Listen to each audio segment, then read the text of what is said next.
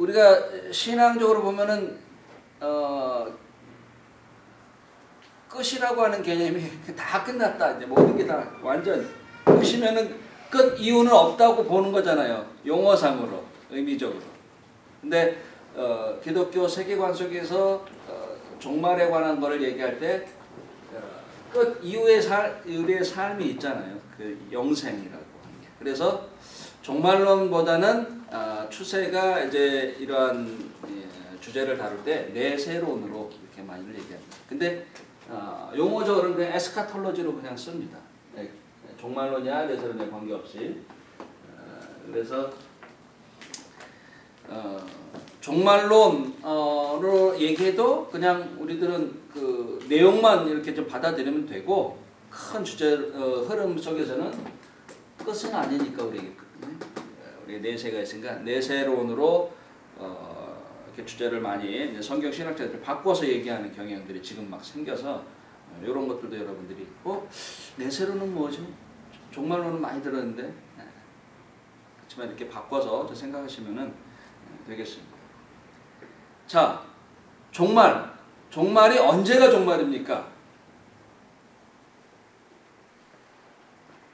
지금 종말이에요? 우리가 사는 지금 시대. 종말 시대다 아니다. 항상 종말. 항상 종말. 그럼 언제부터 종말인가? 항상은 쭉 거슬러 올라가면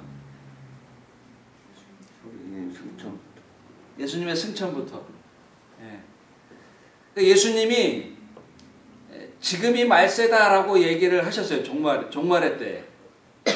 그러니까 그 종말이 예수님이 말씀하셨을 때부터 지금까지는 2000년 이상 또 흘렀잖아요. 2000년. 그러니까 2000년 전에도 종말이고 지금도 종말이고 앞으로도 종말이고. 성경은 종말을 어느 때부터 보냐면은 예수님 오심부터. 예수님 오심. 그래서 여러분 히브리서 1장 한번 같이 한번 보여드리고 히브리서 1장.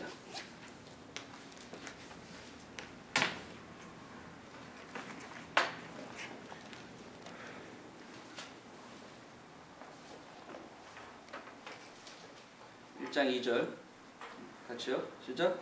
이 모든 날 마지막에 아들로 우리에게 말씀하셨으니 이 아들을 만유의 구사로 세우시고 또 저로 말미암아 모든 세계를 지으셨느니라.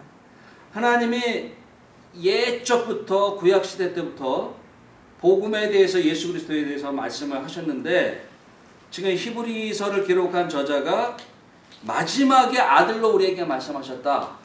그 이제 복음의 이제 마지막인데 사실 시대적으로 보아서도 이때를 마지막으로 봅니다. 예수님 오심에 대해서. 그래서 예수님이 지금이 마지막에 가까운 것이라고 얘기하셨고, 그리고 세례 요한도 뭐라 그랬어요? 회개하라 천국이 가까웠느니 회개하라 그랬더니 그 다음에 천국이 가까웠느니라라고 얘기했거든요. 근데 그때의 2000년 전이나 지금이나 이루어진 천국은 아니잖아요. 그러니까 종말을 성경은 언제부터 보냐면은 예수님의 오심부터. 그래서 종말을 다른 말로 말하면 하나님 나라예요. 이 종말과 하나님 나라를 같은 연계선상에서 이해를 하셔야 되는데 하나님 나라와 종말을 봤을 때 하나님 나라는 제가 지난번에 말씀드렸는데 긴장 속에 있습니다. 무슨 긴장이냐? 이미 왔어요. 누구를 통해서? 예수 그리스도 당신이 왕이 돼서 이미 오셨어요. 이미. 근데 그 하나님 나라의 완성은 아직 안 됐어요. 아직. 그래서 already not yet. 신학적으로 이렇게 규정을 합니다. 이미 그리스도로 말미암아 이 땅에 하나님 나라가 오셨어요. 왔어요. 그리고 그때부터 하나님 나라는 선포가 되었고 하나님 나라가 이루어질 것을 말씀하시면서 그렇기 때문에 지금이 주 앞으로 돌아올 때다라고 하시면서 마지막에 그 시점으로 계속해서 말씀하셨습니다. 그렇지만은 아직 이루어지지 않은 하나님 나라 이 긴장 관계 속. 자, 이게 하나님 나라와 종말을 같은 선상에서 이해해야 될 그런 이 시스템이에요. 그래서 예수님 때에도 종말이고, 천년 전에도 종말이고, 지금도 종말이고, 예수님 오실 때. 그래서 지난번에 역사, 시간을 쭉 봤을 때,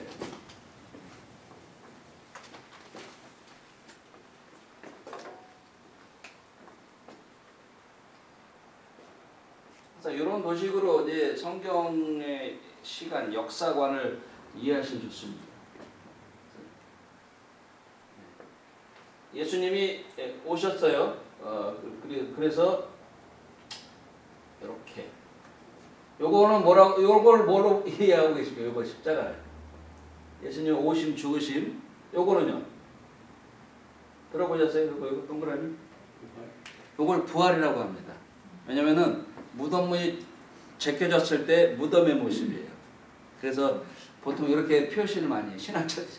그러니까 죽음과 부활 사건인데, 이때를 이제 초림 오시고, 이때를 재림으로 보잖아요. 그래서 여기를 아까 말씀드린 대로 종말의 관점으로 해석을 합니다. 종말. 그 다음에 하나님 나라.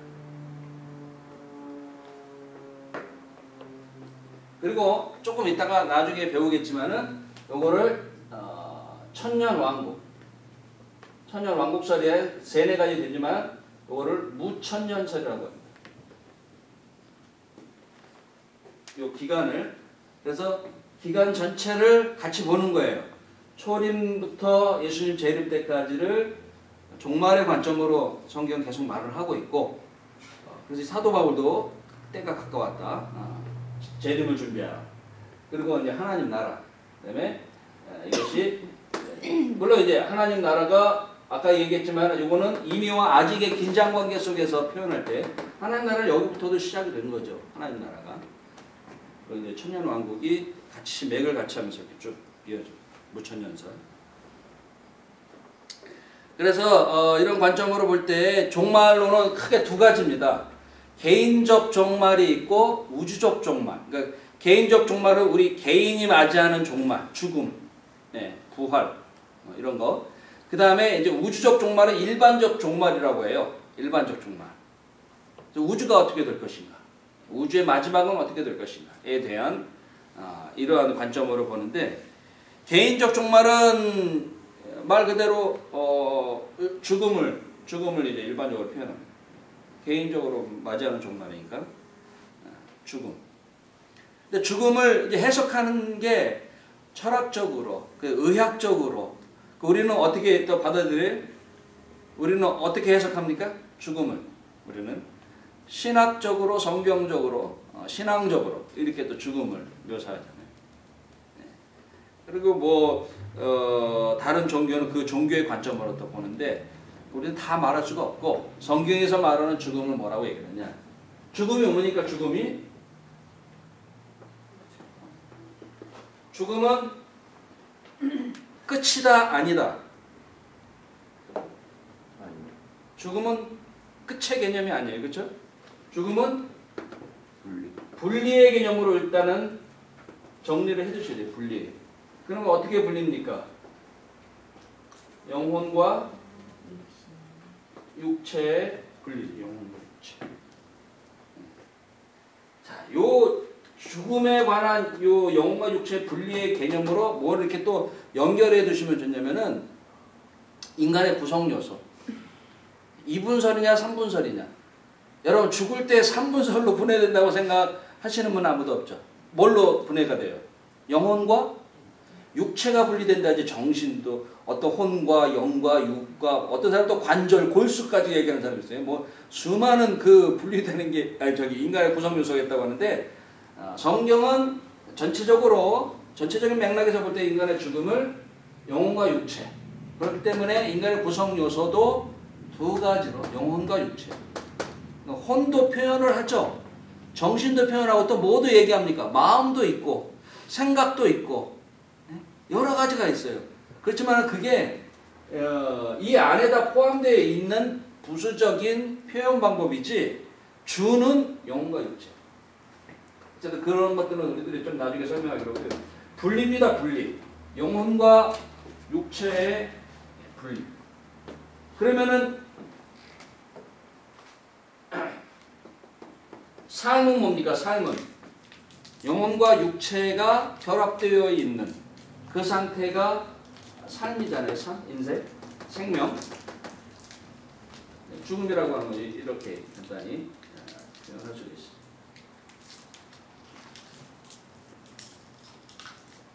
그 분리가 있기 전에 뭐가 있는 거예요? 어디서부터 와서 이게 합쳐진 게 있는 거죠. 합쳐진 게. 언제 합쳐졌습니까? 여러분 영혼과 육체 언제 합쳐졌어요?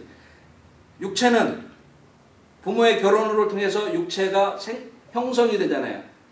그 영혼은 언제 들어옵니까? 태어났을 때. 예? 태어났을 때. 태어났을 때 산부인과에서 딱 나왔을 때 영혼이 딱 들어와요? 그런 건 좀 나중에 얘기합시다. 길어져요. 네. 어떤 이제 주로 이제 분명히 뱃속에 저와 여러분들이 잉태되기 전에는 우리의 존재가 없었잖아요. 우리의 영은 우리의 영은 언제부터 존재했었습니까? 존재했었어요? 아니면 임신할 때 딱 그때 생기는 겁니까? 에베소서 1장에 보면은 우리를 언제 예정하사? 예? 창세 전에 예정하셨다. 창세 전에. 그렇죠? 이미 우리의 영혼은 우리가 부모로부터 육체를 생성되기 전에 예정되어 있었던 거죠. 그럼 언제 우리의 육체에 딱 들어오느냐? 예? 잉태. 그러니까 그 학자들은 성경학자들이 얘기하는 일반된 것은 수정될 때 영혼이 하나님이 집어넣으신다. 이렇게들 봐요. 그거는 뭐 지금 뭐 자세하게 얘기할 수는 없고 아무튼 영혼이 육체 안에 들어왔고 그것이 끝나는 순간은 죽음이라는 것을 통해서 원래의 상태로 돌아가는 것. 그게 바로 죽음이라고 하는 거죠. 그러니까 분리입니다. 분리. 쫙 분리된. 그러니까 우리의 삶에 그 의미가 담겨져 있는 것은 내 육체에 영혼이 담겨져 있을 때 의미 있는 거죠. 그렇죠? 그래서 기독교인들이 죽은 육체, 죽은 부모든 누구든 딱 죽으면은 미국 사람들 바디라고 얘기하잖아요. 인격체가 아니에요. 그냥 그 사체야, 사체. 동물과 일반인 사체란 말이에요. 죽은 어떤 그런 물건에 비교할 수 있겠죠. 그러니까 그 앞에 절을 하거나 그를 더 숭배하거나 그럴 이유가 하등의 이유가 없는 거죠. 물론 이제 일생 동안 그 몸이 가치 있는 일을 위해서 살아왔기 때문에 깨끗하게 보존을 하고 장례 절차를 잘 해주는 것까지는 우리가 해야 할 도리죠. 근데 거기를 뭐 숭배나 절을 한다거나 그런 차원이 전혀. 왜? 우리의 가치는 뭐가 존재하고 있을 때요? 영혼이 존재하고 있을 때, 영혼이 담겨져 있을 때 인간으로서의 가치가 있는 것이라는 거예요. 육체는 흙으로 왔기 때문에 흙으로 돌아갈 거예요. 흙이에요. 그러니까 죽은 사람은 그 사체는 흙이란 말이에요. 이런 세계관이 있어야 되는 거죠. 그러니까 죽은 시체에 뭐 할 필요가 없죠.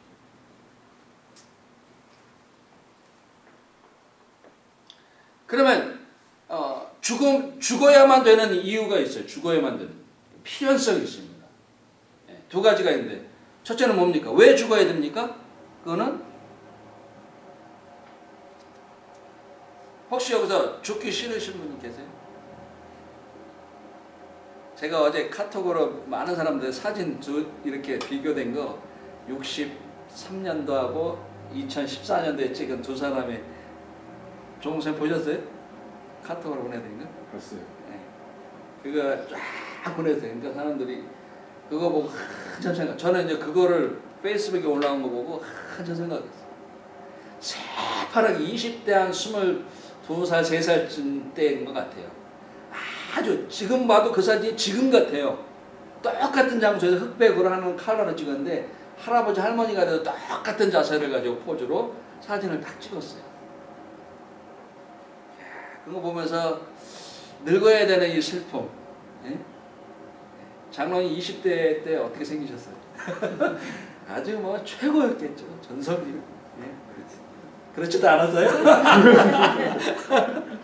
장로님 카톡 아이디 사진이 예. 아주 그 젊은 20대 다른 인물. 좀 안 늙을 수 없을까? 예? 조금 있으면 저도 조금 있으면 이제 할아버지 될 것이고 그 조금이 지금 얘기하지만은 훌쩍 지나갈 것이고 그 슬픔도 같이 좀 봤어요. 근데 인생을 또 이렇게 곱게 정답게 즐겁게 살아야 되겠구나 사랑하면서 그것도 생각했는데 죽음이라고 하는 것은 왠지 모르게 참 맞이하고 싶지 않은 그렇지만은 성경 속에서 얘기하는 것은 여러분 우리가 어떻게 해야만 천국 가는 줄 아세요? 죽어야만 간단 말이에요. 죽어야. 두 가지 필요해서 첫째는 죄인은 죽는다라고 하는 죄의 심판성. 죄 지으면 죄의 삭은 뭐다? 사망이다. 예수님이 죽지 않으실 수 있었을까요? 능력으로 안 죽으실 수도 있겠죠. 그렇죠? 그렇죠. 예수님은 안 죽으면 안 되시는 분이었어요. 왜? 그의 오심 자체가 죽으러 오신 거예요. 왜? 구속을 위해서. 구속은 신명기법에 의하면 범죄한 자는 죽어야 되는 거예요. 그러니까 예수님은 죄 있는 자들을 위해서 죽으러 오셨기 때문에 죄를 짓지 않았지만 죄 있는 모습으로 오셨고 종의 형체를 가셨고 또 예수님이 죄 짓지 않았지만 세례받은 이유도 그들의 같은 형태를 입으신 이유이기 때문에 세례를 받으신 거란 말이에요. 예수님은 안 죽을래 안 죽을 수가 없는 거예요. 근데 죽음이라고 하는 것은 모든 자들에게 하나님 나라에 들어갈 관문이기 때문에 맞이해야 된다라고 하는 것입니다. 그래서 반드시 죽어야 되는 이유는 우리 죄인의 후손이기 때문에. 원래는 뭐예요? 원래는 인간이 무엇대로 지음받은 거예요? 하나님 형상이거든요. 그 형상에 뭐가 들어갔냐면요. 하나님과 비슷한 존재로 만들었다고 하는 뜻이에요. 형상이라고 하는 게. 뭐가 비슷합니까? 비슷한 거. 동물과 인간이 비슷하지 아니한 많은 것들이 있지만 가장 두드러지게 비슷하지 않은 점 뭐 있습니까? 모습. 영혼이 없다. 모습이 다른 거. 네? 모습이 다른 거. 모습이 다른 거. 원숭이하고도 조금 비슷하잖아요. 다른 것 하나. 이거는 정말 비슷할 수 있어요. 먹는 거 비슷하죠. 자죠. 생각하죠. 본능 있죠. 예? 이성을 사랑, 갈망의 대상으로 취하려고 하는 그런 거 있죠. 유일하게 하나. 웃지 않는. 웃지 않는다. 웃는데 계속. 귀한 거 말씀하셨는데요. 말입니다. 말이에요. 언어. 네, 언어. 말하는 동물이 있어요? 앵무새. 그거는 그냥 구조로 이제 따라하는 거지 말이 아니죠. 그거는 자기가 말하는 거예요. 말이에요, 말. 하나님 뭐 하시는 분이에요? 말씀하시는 하나님이거든요. 그리고 동물은 영원토록 살게 창조되지 않았어요. 하나님과 닮은 점 가운데 말, 그 다음에 영생이에요, 영생. 영원토록 살. 근데 범죄가 들어와서 이것이 다 깨진 거예요. 많이 산 사람은 몇 살까지 산 거예요. 그러니까 성경에 보면은 969세 무드셀라. 네. 무드셀라인데 기록된 것만 969살이지 1000년 이상씩 산 사람들 많았을 거예요. 그럼 여러분들 생각해 보세요. 1000년을 사신다고 생각하면은 제가 이제 신대원 날 때 그 고약학 교수가 그러더라고요. 아마 사는 게 지긋지긋했을 거라고. 죽지는 않지. 살긴 살아야지. 그래서 그때는 막 300세에도 애를 낳고 막 그랬던 거예요. 그러니까 지금하고 다른 거죠. 그러니까 우리가 지금 세상하고 그래도 범죄하고서도 노아 시대 이전까지 하고 노아 시대 이후로 급격하게 모든 게 다 격변을 했기 때문에 이 세상 지구의 구조도 바뀌었고 그다음에 육체의 수명도 바뀌고 환경도 다 바뀌었기 때문에 노아 시대 이전하고 우리는 지금 비교해도 상상이 안 되는 비교를 할 수밖에 없어요. 모든 게 다 달랐어요. 근데 그 이전에 범죄하기 이전에 아담과 우리는 또 다른 인간들이에요. 또 다른 인간. 네. 여러분 범죄하지 않은 하나님의 형상 그대로를 가지고 있는 아담과 저와 여러분들의 비교는 비교 불가입니다. 요새 말로 비교 불가. 그리고 상상이 안 돼요. 보세요, 여러분. 아담이 이렇게 지나가는 짐승들을 지나가면 그 짐승의 특징에 맞게 이름을 탁 계속 지나갑니다. 그 짐승의 특징에 맞게. 특징을 어떻게 알아요? 근데 뭐가 있었기 때문에? 범죄하기 이전에 순수 예지 능력, 직관하는 능력이 그에게 있었기 때문에 가능했습니다. 어쨌든 뭐 죽음 얘기를 하다가 죽음을 보지 않았던 것이에요. 근데 죄 때문에 우리는 죽어야 된다고 하는 것. 그리고 또 하나 천국에 가기 위해서는 죽음을 통하지 않아서는 천국을 갈 수가 없어요. 몇 명 성경 안에서 빼고 에녹이나 엘리야나 이런 사람 빼고.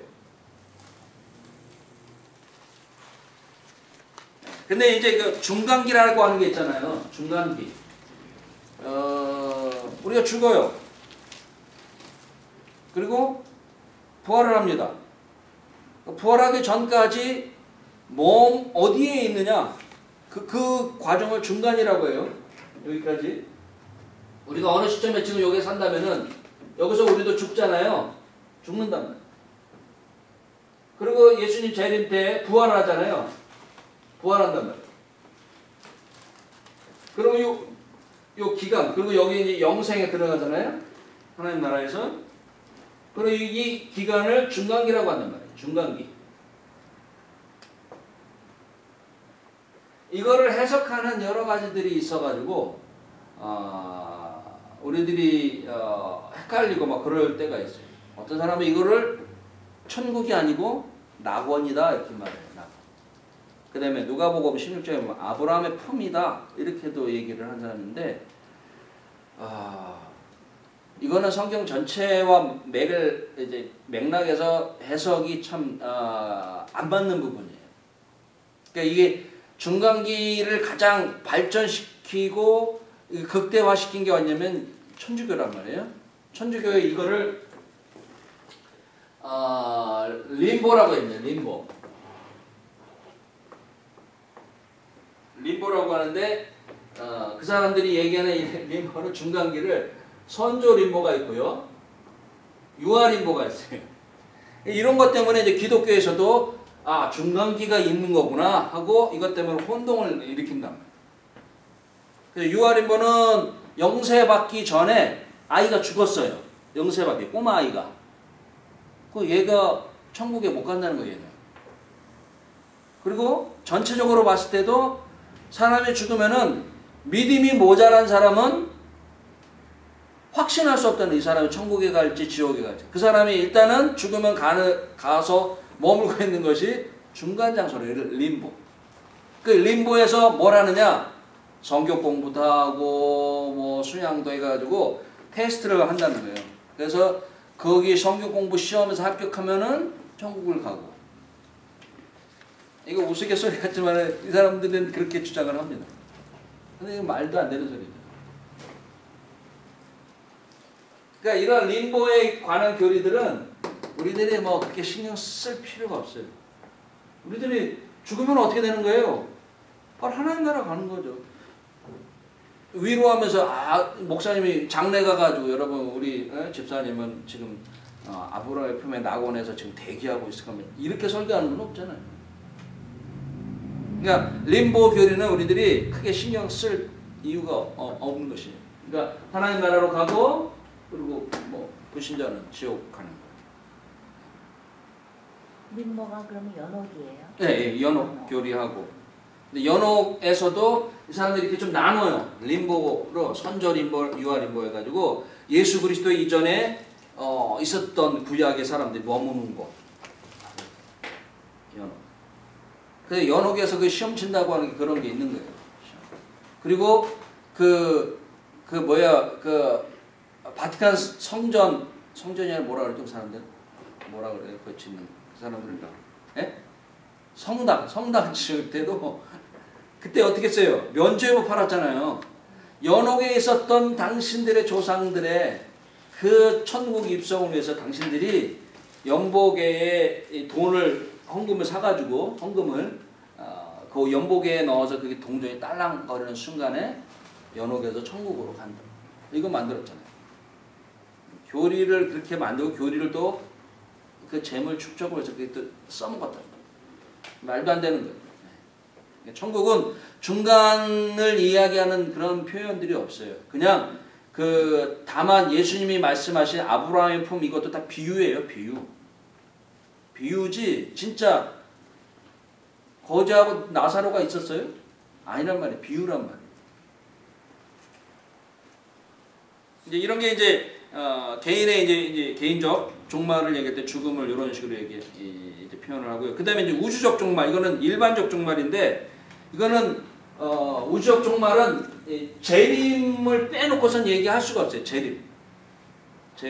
Second coming. 그래서 이 기독교의 종말이 반드시 우리 안에서 설명되어지고 신앙의 축으로 좀 자리 잡아야 되는데 재림을 이야기하지 않고는 말할 수 없기 때문에 그렇지만 이 재림이 불신자들에게는 전혀 허무맹랑한 소리잖아요. 저 하늘에서 예수가 다시 온다. 그렇지만 기독교의 핵심은 우주적 종말은 재림을 통해서 시작이 되는 거거든요. 재림을 통해서. 근데 이거를 이해하지 못하면은 우리는 또 확고한 신앙을 가질 수가 없는 거죠. 그래서 이제 그 재림은 반드시 이루어지는데 지금 이제 이 재림을 어떻게 해석하느냐에 따라서 우리가 전천년주의자다, 후천년주의자다, 무천년주의자다 뭐 이렇게 좀 나눠요. 그래서 재림의 여러 영향 가운데 지금 일어나는 이러한 이슈들 나중에 얘기하겠지만은 옛날에 바코드, 그다음에 유럽 연합, 그다음에 그 컴퓨터, 그다음에 또 뭡니까?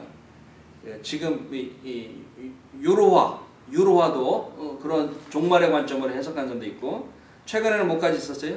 베리치. 이건 다 역사적 전천년주의자들 속에서 해석되어지는 그러한 그 맥락에서 일어나는 일들이에요. 성경을 해석하는데 한 문자적으로 막 파고 들어가지고 일어나는 것들 그런 현상들이. 그러나 이제 성경을 전체적으로 놓고 해석할 때 천년 왕국을 이야기하지 않을 수는 없어요. 천년 왕국을 성경에서 얘기하고 있기 때문에.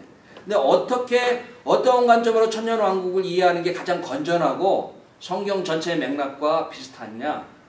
이건 학자마다 또 목사님들마다 틀려요. 여기도 또 다 다를 수 있는데 무천년주의설이 천년 왕국 중에 무천년주의설이 가장 성경의 큰 맥과 같이 했을 때 가장 잘 어울리고 또 부담이 없고 건전하다 이렇게 보는 게 보수주의 성경 복음주의 학자들의 대체적인 이론이에요. 물론 개혁주의 복음주의 학자들 중에서도 총신에서도 그랬어요. 어떤 분은 무천년주의가 무슨 성경 해석과 맞느냐 해가지고 제가 다닐 때도 막 나뉘어졌어요. 교수들 가운데서. 근데 이렇게 저렇게 쫙 봤을 때 저는 제가 취하는 입장은 무천년주의, 그러니까 무천년설이 제일 건전하다 이렇게 봅니다. 일단 목사님들 자기 견해 좀 말씀해 주세요. 강의하시면서. 그래서 이 무천년주의설을 받아들일 때 종말에 휩싸이지 않고 전체적인 관점 종말론을 이렇게 건전하게 가지면서 균형 잡힌 이런 종말의 시대를 살 수 있다라는 것입니다. 그래서 이제 천년왕국 전에 이루어질 천년왕국 속에서도 볼 수 있는 그냥 성경 자체적으로 보는 재림의 징조 가 이제 나타납니다. 재림을 전제할 때 어떤 일들이 있습니까? 교재에 있는 대로 복음이 편만하게 전파되죠. 땅끝까지를 복음이 전파됩니다. 이방인들의 부르심, 이방인들의 수가 차기까지 그런 표현이 있고 이스라엘의 회심, 로마서에 나오죠. 로마서 11장. 그 다음에 적그리스도의 출현들이 뭐 굉장히 많고 한국에서만 나의 수가 몇 명이에요? 무슨 수가? 한국에 나의 수다라고 하는 사람 몇 명일 것 같아요? 수백 명. 내가 예수다. 수십 명. 한 50명 된대요. 근데 자기들끼리는 안 싸워. 야 내가 예수지 네가 예수야. 싸우질 않아요. 근데 이상하게요. 이단끼리는 싸우는 법이 없습니다. 제가 지금까지 쫙 한번 살펴봤어요. 이단들끼리는 안 싸워. 왜? 왜 안 싸워? 내가 희한한 거예요. 내가 예수인데 제가 예수라고 하니까 싸워야 되잖아요. 희한하게 안 싸웁니다. 희한하게. 이단끼리도 안 싸우고 근데 기독교끼리는 싸워요. 네, 왜 이단끼리 안 싸우느냐? 거의 같은 영이에요. 같은 영. 미혹하는 영, 마귀로부터 온 영이기 때문에 미혹하고 자기들의 그 마귀의 그 명령에 충실하며 사는 거예요. 저는. 그리고 이제 나의 수는 이제 한국뿐만이 아니라 전 세계에 도처에 많이 있죠. 그리고 이단들이 제일 많은 나라가 어딘 줄 아세요? 들끓고 있는 나라. 이단들이. 예? 일본. No. 이스라엘입니다. 이스라엘. 온갖 세계 이단들은 다 그쪽에 가 있어요. 이게 영적인 것이에요. 영적인 것. 예. 그리스도의 나심, 또 심지어 그리스도의 재림을 이스라엘로 보고 있고 거기서부터 이스마엘, 무슬림 모든 것들이 거기서 파생됐잖아요. 그러니까 그쪽으로 가야 자기들의 영성의 본고지에서 자기들이 영의 기운을 받는다고 해가지고 이단들이 거기다 들어가 있어요. 아니 나의 수도 다 자기가 이단을 추종하고 이단에 활동하는 사람들이 다 어디서 온 거예요? 그 사람들도 영적센터 이스라엘에서 다 온 거니까 다 글로 간다고. 그러니까 이단들은 다 거기가 있어요. 물론 여기 LA도 무지하게 많다 그래요. 할렐루야 기도 김기아도 뭐 저기 있고 뭐 그렇다고 하는데 어쨌든 복음이 많은 곳에 죄도 많은 거예요. 이단도 많은 거예요. 진리가 있는 곳에. 그래서 적그리스도의 출현도 있고 물론 이제 이것 말고도 뭐 우리 좀 전에 오늘 아침도 저는 조금 이렇게 여진을 느꼈는데 첫째 기근과 마태복음 24장 보세요. 수많은 일들이 많아요. 지진이 있고 사랑이 있고 불법이 성행하고 이런 일들이 뭐 수없이 많이 일어나죠. 근데 그것보다 언제 마침표가 어디라고 성경은 이야기하냐면은 복음이 천하 만국에 전파되리니 그제야 끝이 오리라. 복음 전파가 마지막으로 되는 그 순간까지가 끝이라는 거예요. 왜? 하나님의 공의의 충족성 때문에 그래요. 공의의 충족성. 그러니까 내가 복음을 모든 사람들에게 다 전했다. 그리고 나서 믿고 안 믿고의 책임은 너희들의 것이다. 그리고 우리는 뭐예요? 그 일로 부름받은 선교자적 소명을 받은 사람들이라고 합니다. 우리는 그 일로 예수님의 재림을 준비하는 일로 우리는 부름받은 사람들이라고 하는 거죠. 열처녀 비유가 뭐예요? 던져주는 메시지가 뭐예요? 열처녀 비유가 깨어 있으라고 하는 거죠. 준비하라. 재림을 준비하라. 우리도 깨어 있어. 언제 오실지 모르니까 항상 준비하라. 그러니까 뭡니까 우리가 우리의 삶이 재림을 준비하는 선교자적 복음 전하는 이런 삶을 전도자의 삶을 우리들이 살아야 된다는 거예요. 왜? 예수님 재림을 준비하는 땅끝까지 복음 전파하는 일을 사명으로 받았기 때문에. 근데 이제 여기서 이제 또 중요한 거는 지난 시간에도 성경을 잘못 해석하는 거에 대해서 얘기했지만은 하나님이 그종 선지자들에게 자기의 뜻을 보이지 않고는 결코 행하심이 없느니라. 아모스 3장 17절. 7절인가 17절인가 헷갈려요. 예. 7절 아니 17절입니다. 17절일 거예요. 아니 17절. 지금 시대에 하나님의 심판, 재림이 올 때 선지자들이 알려준 것처럼 우리들에게 알려준 거예요. No. 끝난 거예요. 그렇게 말하면 그건 이단입니다. 근데 이단들이 그 구절을 들고 나와서 얘기를 해요. 그거는 제가 얘기했잖아요. 아모스 시대에 이방 나라들의 심판에 대해서 하나님이 확실한 것을 가르쳐주기 위해서 예전의 심판의 내용이 지금과 다 짝이 맞아서 분명히 심판할 것이다. 이 내용이지 재림을 이야기하고 그렇게 써먹을 구절이 절대 아니라는 거예요. 근데 이제 그렇기 때문에 사람들이 재림의 시기를 막 얘기하고 하는데 이거 시한부 종말론이라고 하잖아요. 이것도 어떻게 보면 전천년설주의자들 속에서 나오는 그 파생되는 일들이라고 볼 수 있어요. 근데 성경은 분명히 얘기합니다. 봅시다. 거기 한번. 재림의 시기는 알 수 없다고 마가복음 13장 32절. 시작. 그 날과 그때는 아무도 모르나니 하늘에 있는 천사들도 아들도 모르고 아버지만 아십니다. 근데 저는 어떤 교수님의 얘기를 듣고 저도 약간 조금 동감하는 게 있어요. 예수님이 이게 비밀로 붙이기 위해서 이렇게 말씀하시지 본인은 알고 계셨을 것이다. 저도 조금 그런 생각을 갖거든요. 왜냐면은 누가 심판으로 오신 거 심판주가 본인 아니에요. 본인 예수님이. 그 이 땅도 본인에 의해서 창조되었고 온 우주 만물이 그럼 본인도 하나님이시죠. 모른다면 모르는 거라고 받아들이기. 그거 알려고 하지 마. 그렇죠. 아니 연구는 안 합니다. 그냥 예수님 본인은 좀 알고 계시지 않았을까. 어쨌든 그냥 우리는 말씀 그대로 액면 그대로 받아들여서 예수님도 모르신다고 얘기하죠. 아무도 모르는 일들에 대해서 예수님 못을 박아놨잖아요. 근데 이거를 어떤 다른 뭐 비밀 창구가 있어서 채널이 있어서 쫙 알 수 있는 그런 게 있고 절대 없다라고 합니다. 그러니까 알 수 없다라고 하는 게. 근데 여러분 알려주시는 게 유익인 것 같아요? 아니면 모르는 게 유익일 것 같아요? 신앙생활에. 모르는 게 유익. 알면 어떻게 살겠어요? 오케이 알았어 그날 나 좀 즐기다가 그때 돼가지고. 그러니까 알려주지 않은 게 더 깨워서 긴장하면서 살 수 있게 만듭니다. 이거 안다라고 얘기하는 것 속에서 성경에 이런 내용이 있는데도 불구하고 사람이요 사단은 미혹하는 영이거든요. 미혹을 당하면은 박사고 뭐고 아무것도 없어요.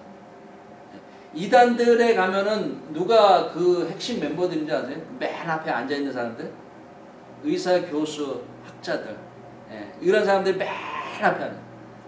맨 앞에 있는 최고 열성분자들. 박수를 쳐도 뭐 굉장히 열광되고. 근데 왜 그 사람들이 그러냐?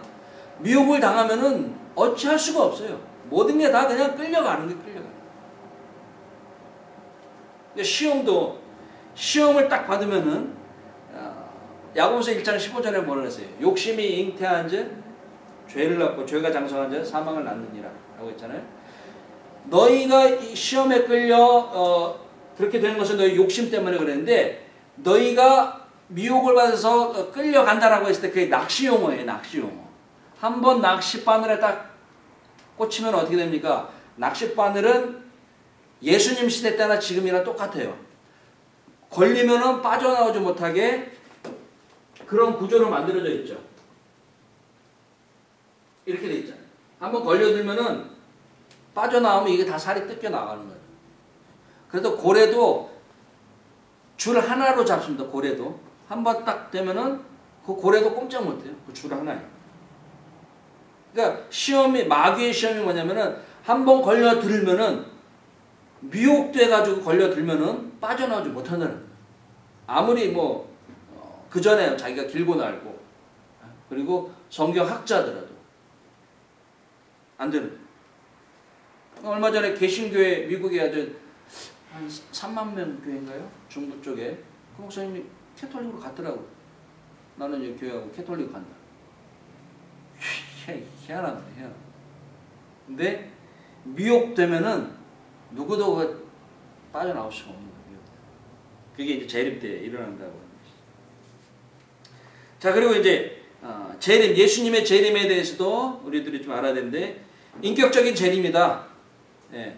예수님 자체 본인 그 육체 간 그대로 오시는 인격적인 것이지 어떠한 뭐 보이지 않는 것으로 뭐 다른 모양으로 이렇게 오시는 분이 아니라고 하는 거예요.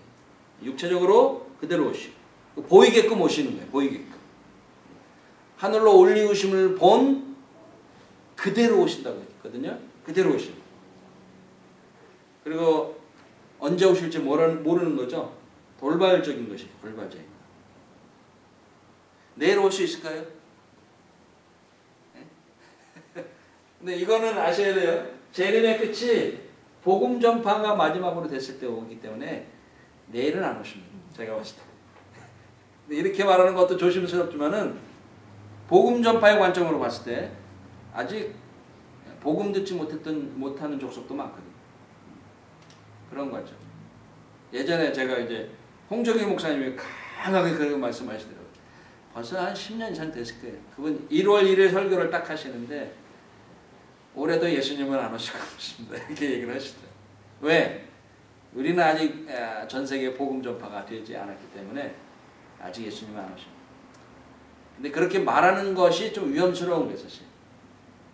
그렇지만은 다른 부분에서 재림의 관점으로 성경으로 봤을 때 복음 전파가 마지막이기 때문에 그 관점으로 볼 때는 이해를 좀 할 수는 있는 거죠. 그래서 천년왕국만 좀 얘기하고 오늘 마칠 텐데요. 천년왕국은 어떤 3개에서 4개 정도로 얘기합니다. 뭐 있습니까? 무천년설, 전천년설, 후천년설이 있고요. 또 전천년설과 비슷하게 세대주의적 전천년설이 있습니다. 자, 이거는 이제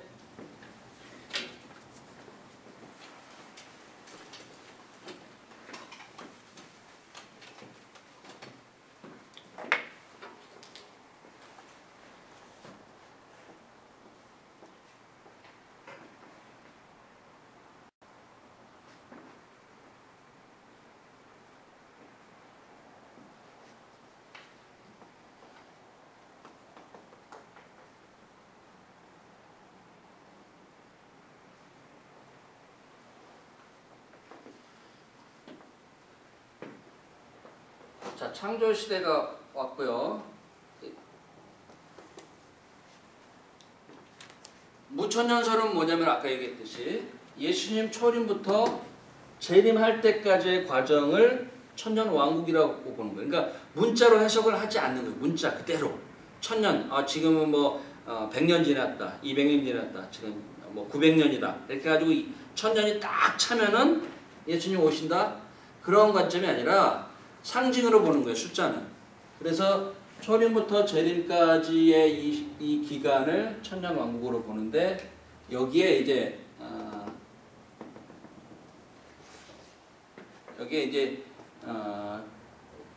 7년 대환란을 여기다 집어넣죠. 7년 대환란. 3년 반, 3년 반에서 7년 대환란을 이렇게 두고 이제 해석하는데 여기까지는 이해가 쉬워요. 무천년설. 그렇구나. 근데 이제 얘기했듯이 아까 뭐가 있어요?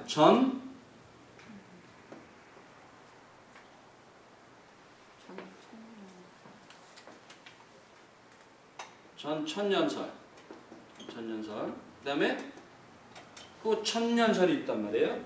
이거를 잘 이해 못할 수도 있어요. 전천년이 뭐고 후천년은 뭐고 천년 전이 뭐고 천년 후는 뭔가 이렇게 이거를 이런 관점으로 해석하셔야 됩니다. 전은 뭐 전이냐, 후는 뭐 후냐, 재림을 기점으로 오는 게 재림. 예? 재림을 기점으로 해서 재림 전에 천년 왕국이 실현이 된다. 그러니까 이 천년 왕국은 황금기예요. 복음의 황금기, 온 세상이 천국화되는 그런 세상으로 보는 거예요. 그리고 마지막 때 이제 대환란이 이제 이루어지는데, 이 전 천년설은 재림 전에 천년 왕국이 어느 시점부터 이루어질 것이다. 재림 전 천년. 후 천년설은 뭐냐? 재림 후에 천년 왕국이 도래해서 다윗의 열쇠를 가지신 예수가 다시 오셔서 이 땅에 모든 나라를 통치하면서 천년 왕국을 구가해서 하나님 나라의 실현을 거기서 그때 천년 왕국을 동안 하면서 그때 이제 예수 믿는 사람도 함께 왕 노릇을 할 것이다. 이렇게 보는 관점이 후 천년설이에요. 그리고 세대주의적 전천년설은 이 전천년설과 비슷한데 복잡해요. 공중재림이 있을 것이고, 그 다음에 지상재림이 있을 것이고, 7년 대환란 이런 건 있는데 그것까지 우리들이 더 살피기는 어렵고, 아무튼 전천년설은 성경을 이제 문자적으로 해석을 해가지고 천년 동안 왕국을 해가지고 이런데, 지금 성경적인 현상을 봤을 때는 시간이 갈수록 예수님 재림이 가까울수록 악해져 갑니까? 아니면 하나님 나라화 됩니까? 악해져 가죠. 그러니까 조금 안 맞지 않는 성경 억지 해석적인 면이 있어서 근데 그 이제 하나님 나라가 가까워 왔고 또 하나님 나라의 천년 왕국에 대한 강한 소망을 가진 사람들은 옛날에 다 전천년주의적으로 설교를 많이 했어요.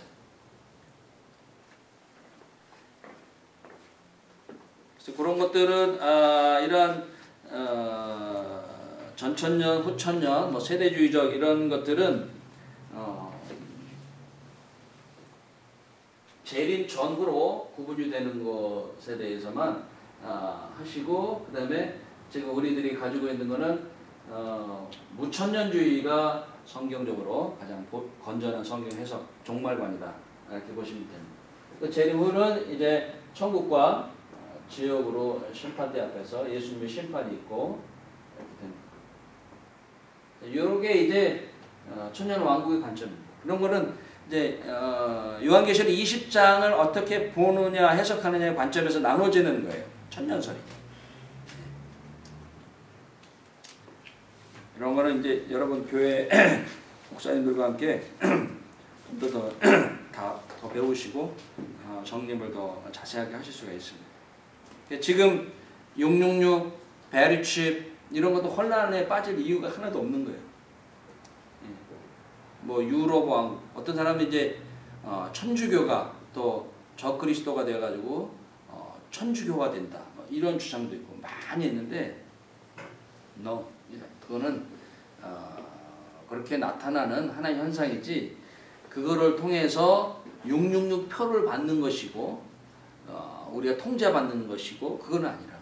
뭐 옛날에 바코드 얼마나 컴퓨터 쓰면 안 된다, 바코드 하면 안 된다, 그 해보니까 666이다. 그건 다 상징이거든요.